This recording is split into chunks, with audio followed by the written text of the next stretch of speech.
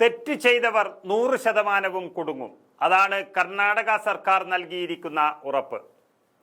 കർണാടകയിലെ ധർമ്മസ്ഥലയിൽ കാര്യങ്ങൾ ഏത് രീതിയിലാകുന്നു എന്ന് ചോദിച്ചാൽ അത് തെളിവുകളുടെ അടിസ്ഥാനത്തിൽ ശബ്ദിച്ചു തുടങ്ങിയിരിക്കുന്നു എന്നാണ് അർത്ഥം. അതോടെ ഇതുവരെ പുറത്തു കാണാതിരുന്ന ധർമ്മസ്ഥലയിലെ അധികാരി വീരേന്ദ്ര ഹെഗ്ഡെ മാധ്യമങ്ങളുടെ മുന്നിലെത്തിയിരിക്കുന്നു എന്നുള്ളതും ശ്രദ്ധേയമാണ്. അപ്പോഴും രാജ്യം ഉറ്റുനോക്കുന്ന ധർമ്മസ്ഥല വിഷയത്തിൽ പലതരത്തിലുള്ള വെളിപ്പെടുത്തലുകൾ ഇങ്ങനെ ഉയർന്നുകൊണ്ടേയിരിക്കുന്നു. സത്യമറിയാൻ വേണ്ടി കാത്തിരുന്നവർ പോലും പലരും ഭക്തിയെ തകർക്കാൻ വേണ്ടിയാണ് ഇത്തരമൊരു ശ്രമം നടക്കുന്നത് എന്നൊരു അവകാശവാദവുമായി മുന്നോട്ട് വരികയുമാണ്. അത്തരമൊരു വാക്കിനെ ചേർത്ത് നിർത്തിയാൽ ഒരുപക്ഷെ പലതും കെട്ടടങ്ങുമെന്ന് പലരും കരുതുന്നുണ്ടാകാം. കർണാടകയിലെ പ്രതിപക്ഷമായ BJP വളരെ നന്നായി വിയർത്ത് ധർമ്മസ്ഥലയിൽ ഒന്നും മൂടിയിട്ടില്ല എന്ന് സ്ഥാപിക്കാൻ വേണ്ടി ശ്രമിച്ചുകൊണ്ടേയിരിക്കുന്നു. ദൃക്സാക്ഷികളും മൂകസാക്ഷികളും എല്ലാം വെറും മന്ദബുദ്ധികളായി മാറുമ്പോൾ എല്ലാം അതിനു മുകളിലുള്ളവർ തീരുമാനിക്കേണ്ടി വരും എന്നുള്ളൊരു യാഥാർത്ഥ്യത്തിലേക്കും കാര്യങ്ങൾ കടക്കുന്നു എന്ന് പറയേണ്ടി വരും. BJPയെ എതിർക്കുന്ന കോൺഗ്രസിനെ പാകിസ്ഥാൻ ചാരന്മാരായി മുദ്രകുത്തി ഇതുവരെ രക്ഷപ്പെട്ടുവന്ന നരേന്ദ്രമോദിയുടെ അതേ രാഷ്ട്രീയം തന്നെയാണ് കർണാടക നിയമസഭയിലും ആ BJP പുറത്തെടുത്തത്. അഹിന്ദുക്കളുമായി ചേർന്ന് ധർമ്മസ്ഥല ക്ഷേത്രത്തെ നശിപ്പിക്കാൻ ശ്രമിക്കുന്നത് കർണാടക സർക്കാർ, അതായത് കോൺഗ്രസിന്റെ സർക്കാർ ആണെന്നുള്ളത് പറഞ്ഞ് സമർത്ഥിക്കാൻ BJP ശ്രമിക്കുന്നത് കാണുമ്പോൾ ചിരി വരികയായിരുന്നു യഥാർത്ഥത്തിൽ.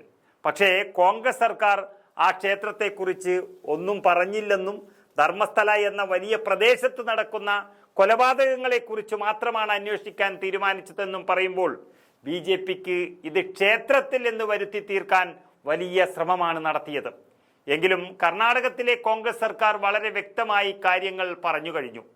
കേസുമായി ബന്ധപ്പെട്ട പ്രതിപക്ഷത്തിന്റെ ആരോപണങ്ങൾക്ക് കർണാടകത്തിലെ ആഭ്യന്തരമന്ത്രി ഡോക്ടർ G. പരമേശ്വരയ്യ നിയമസഭയിൽ മറുപടി നൽകി. അതിങ്ങനെയാണ്: സ്പെഷ്യൽ ഇൻവെസ്റ്റിഗേഷൻ ടീം അഥവാ SIT അവരുടെ അന്വേഷണത്തിൽ അസ്ഥികൂടങ്ങൾ കിട്ടിയിട്ടുണ്ട്. ലഭിച്ച ഭാഗങ്ങളുടെ ഫോറൻസിക് പരിശോധനയ്ക്ക് ശേഷം മാത്രമേ കൂടുതൽ ഖനന പ്രവർത്തനങ്ങൾ നടക്കൂ എന്നാണ് മന്ത്രി സഭയിൽ പറഞ്ഞത്. ഖനനം മാത്രമേ നടന്നിട്ടുള്ളൂ എന്നും അന്വേഷണങ്ങൾ ആരംഭിക്കാൻ ഫോറൻസിക്കിന്റെ ഫലങ്ങൾ വരേണ്ടതുണ്ട് എന്നുമാണ് അദ്ദേഹം പറഞ്ഞിരിക്കുന്നത്. അത് വളരെ വ്യക്തമാണ്. അന്വേഷണം എവിടെയും നിർത്തിയിട്ടില്ല, ആരെയും ഒന്നും കണ്ടിട്ടില്ല എന്ന് പറഞ്ഞിട്ടുമില്ല.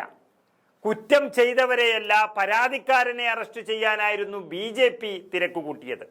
എന്നാൽ ശുചീകരണ തൊഴിലാളി മജിസ്ട്രേറ്റിന് മുൻപിൽ പറഞ്ഞത് ആവശ്യപ്പെട്ടതനുസരിച്ച് അദ്ദേഹത്തിനും കുടുംബത്തിനും സുരക്ഷ ഒരുക്കിയിട്ടുണ്ടെന്നും കൂടുതൽ കുഴിക്കണോ വേണ്ടയോ എന്ന് തീരുമാനിക്കുന്നത് SIT ആണെന്നും ആഭ്യന്തരമന്ത്രി മറുപടി നൽകി. അതോടെ BJPക്ക് അത്ര തൃപ്തിയായില്ല. കാരണം അതായത് ശുചീകരണ തൊഴിലാളി നൽകിയ പരാതിയുടെ മേലാണ് ഇതൊക്കെ നടന്നത് എന്ന് വരുമ്പോൾ ശുചീകരണ തൊഴിലാളിയെ ഇല്ലായ്മ ചെയ്യാനാണ് പലരും ആഗ്രഹിക്കുന്നത്. അതിന് വിട്ടുകൊടുക്കാൻ കോൺഗ്രസ് സർക്കാർ തയ്യാറായില്ല. അങ്ങനെ ഒരു സംഭവവും ധർമ്മസ്ഥലയിൽ നടന്നിട്ടേ ഇല്ല എന്നുള്ള തരത്തിൽ സമർത്ഥിക്കാൻ BJP പറയുമ്പോഴേക്കും അതേപടി നിൽക്കാൻ കർണാടകത്തിലെ കോൺഗ്രസ് സർക്കാരിനെ കിട്ടില്ല എന്ന് ആഭ്യന്തരമന്ത്രി പറഞ്ഞു കൊടുക്കുമ്പോൾ നിയമത്തിനുള്ളിൽ നിന്നും ഇനിയും എല്ലാം ചെയ്യുമെന്നുള്ളത് തന്നെയാണ് സർക്കാർ പറയുന്നത്. അതിനിടയിലും പരാതികൾ ഇങ്ങനെ വന്നുകൊണ്ടേയിരിക്കുന്നു. ഇപ്പോഴിതാ ഒരു ആനപ്പാപ്പാനെയും അയാളുടെ സഹോദരിയെയും കാണാതായി എന്നൊരു പുതിയ പരാതിയും SIT സംഘത്തിന് മുന്നിൽ വന്നിട്ടുണ്ട് എന്നാണ് അറിയുന്നത്. ഏതായാലും മണ്ണിന്റെയും അസ്ഥികൂടത്തിന്റെയും സാമ്പിളുകൾ സൂക്ഷ്മ പരിശോധനയ്ക്ക് വിധേയമാക്കിയതിലൂടെ ഏറ്റവും നിർണായകമായ തെളിവുകളാണ് പുറത്തുവന്നത് എന്നാണ് ദി ഇന്ത്യൻ എക്സ്പ്രസ് പോലെയുള്ള മാധ്യമങ്ങൾ വിശദമാക്കുന്നത്. ഫോറൻസിക് ഫലങ്ങളുടെ അടിസ്ഥാനത്തിൽ കേസിന്റെ ഗതി തന്നെ മാറിമറിയാൻ സാധ്യതയുണ്ട്. കേസിൽ കൂടുതൽ സാക്ഷികൾ ഉള്ളതിനാൽ തന്നെ ഇനിയുള്ള അന്വേഷണങ്ങൾക്ക് കൂടുതൽ കരുത്തേകുമെന്ന് പ്രതീക്ഷിക്കുകയാണ്. ഏതായാലും കർണാടക സർക്കാർ വളരെ വ്യക്തമായിട്ടുള്ള കാര്യങ്ങൾ പറഞ്ഞു കഴിഞ്ഞു. ഈ അന്വേഷണം BJP പറയുന്നത് പോലെ ക്ഷേത്രത്തിന് എതിരുമല്ല, മറ്റു മതക്കാരുടെ ഗൂഢാലോചനയുമല്ല.